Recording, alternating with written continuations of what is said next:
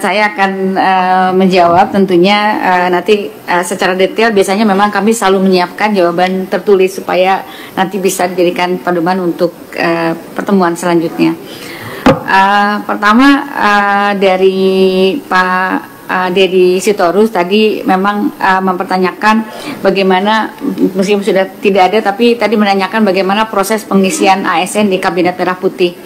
Jadi per tanggal 15 April 2025 itu kalau khusus untuk struktur organisasi sudah selesai semuanya 100%. Jadi sekarang tinggal pengisian orangnya.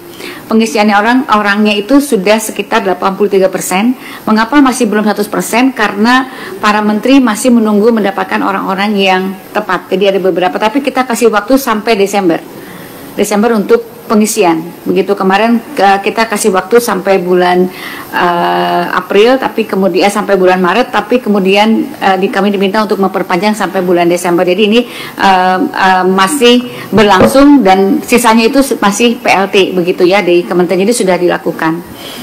Kemudian juga ada pertanyaan kaitannya dengan masalah KASN. Ini KASN itu kan tidak melihatnya bukan karena lembaganya yang dibubarkan, tapi fungsi-fungsi itu masih tetap dilaksanakan. Jadi memang kita saat ini juga untuk yang KASN fungsi itu berdasarkan Undang-Undang Nomor 20 itu sudah terbagi ke Kemenpan RB maupun BKN. Jadi fungsi kebijakannya ada di Kemenpan RB, pelaksanaannya itu dilaksanakan oleh BKN, dan pengawasan itu bagaimana pelaporan dan sebagainya itu sudah dilakukan secara digital. Nanti Pak Kepala BKN bisa melaksanakan bagaimana tahapan-tahapannya juga sudah dilaksanakan.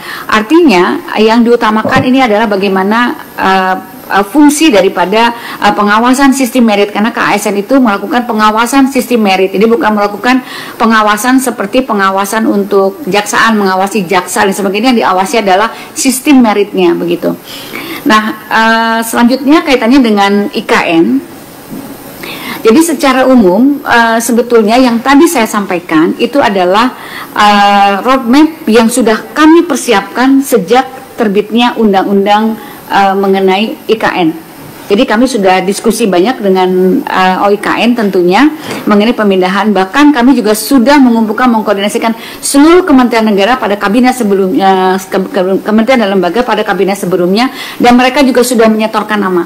Jadi sebetulnya yang mengkoordinasikan untuk pemindahan ini adalah Bappenas. Jadi kami hanya posisi dari pemindahan ASN saja. Nanti hal-hal yang lain-lainnya itu Bappenas, termasuk Perpres pemindahan, karena inisiator daripada undang-undang ini adalah Bappenas. Nah, jadi mungkin barangkali perlu juga menghadirkan Bappenas untuk ini. Nah, jadi kami sudah menyiapkan untuk yang pemindahan para pegawai untuk ASN pada posisi yang tadi begitu. Dan ini kita lakukan tentunya dengan memperhatikan, kita lakukan penapisan. Mengapa tadi saya sampaikan perlu dilakukan penapisan ini? Karena memang kita harus tahu pada saat prioritas pertama itu mana yang perlu dilakukan begitu ya. Jadi sebetulnya kita optimis Pak bahwa kita itu akan ada lakukan pemindahan, bahkan nama-nama seperti saya sampaikan sudah disampaikan.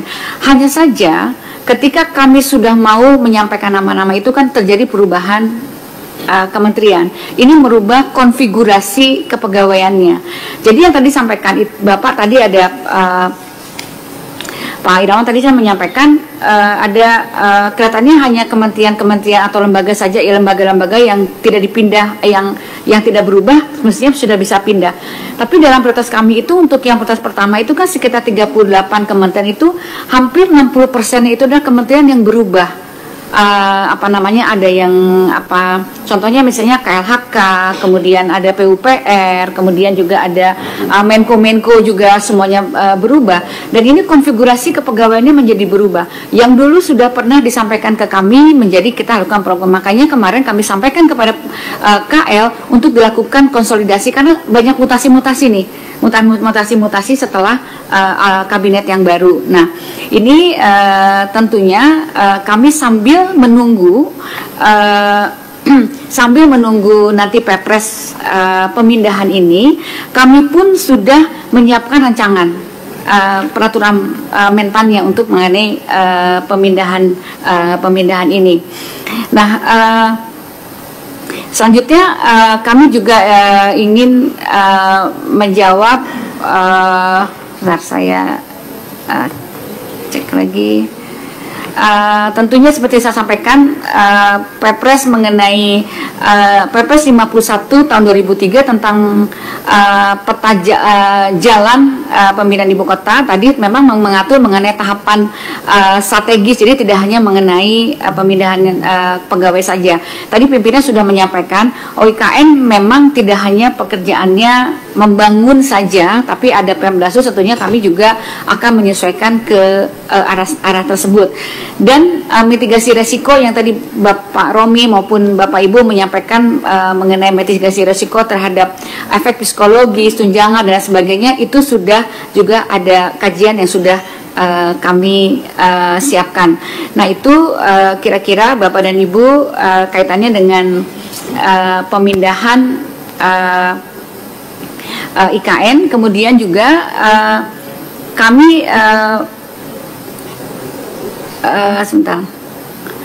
terhadap dampak sosial tentunya tadi saya sampaikan sesuai dengan kondisi ASN, dan kami juga sudah siapkan juga mekanisme terkait dengan penyediaan insentif yang baru akan berpindah. Waktu itu sudah kita siapkan juga mengenai masalah insentifnya. Insentif ini termasuk tunjangan insentif untuk perumahannya, ruang pemindahannya, dan lain-lain begitu. Dan kami memang akan berkonsolidasi lagi karena kesiapan kantornya dulu kan Kemenko-nya ada 4, sekarang ada 7, tentunya kan kami juga harus dikonsolidasikan.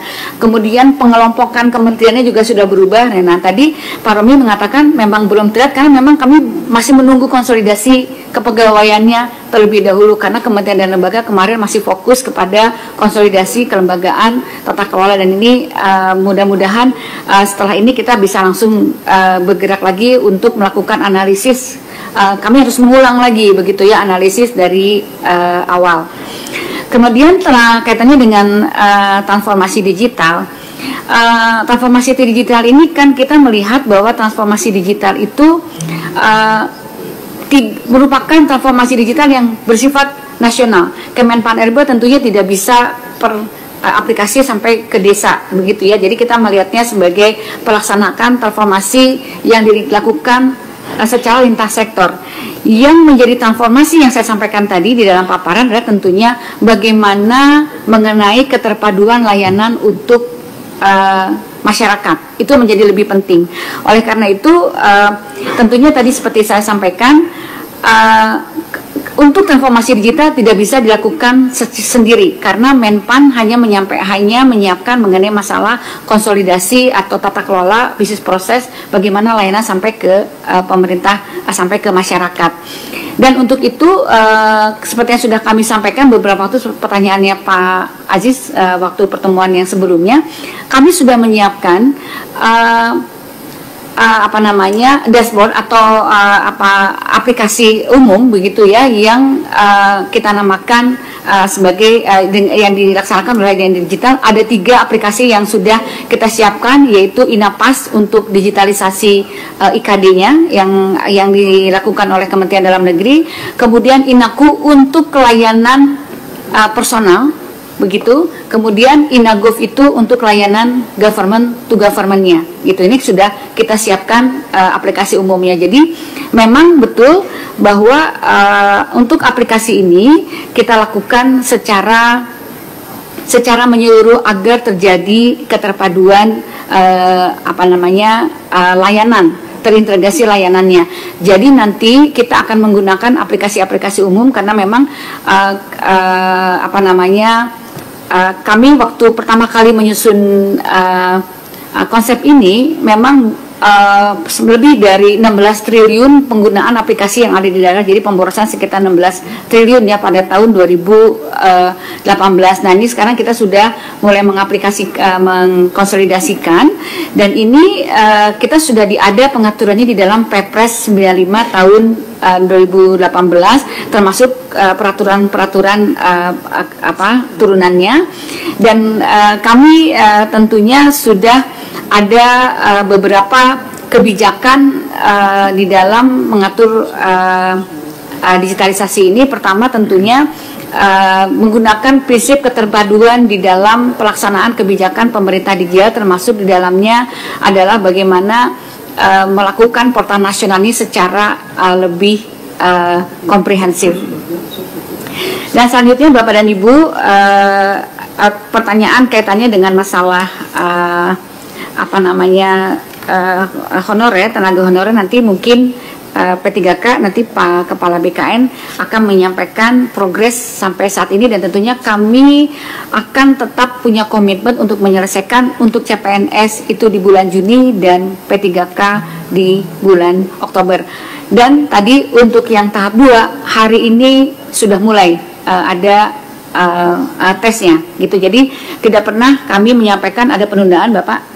Tidak pernah kami menyampaikan penundaan, dan tetap kami konsisten karena konsisten dengan apa yang sudah menjadi komitmen pemerintah di dalam penyelesaian tenaga honorer. Jadi mohon izin pimpinan, nanti Kepala BKN secara detail akan menyampaikan bagaimana progres terhadap ASN, dan nanti hal-hal yang belum terjawab secara rinci akan kami siapkan jawaban secara tertulis. Terima kasih.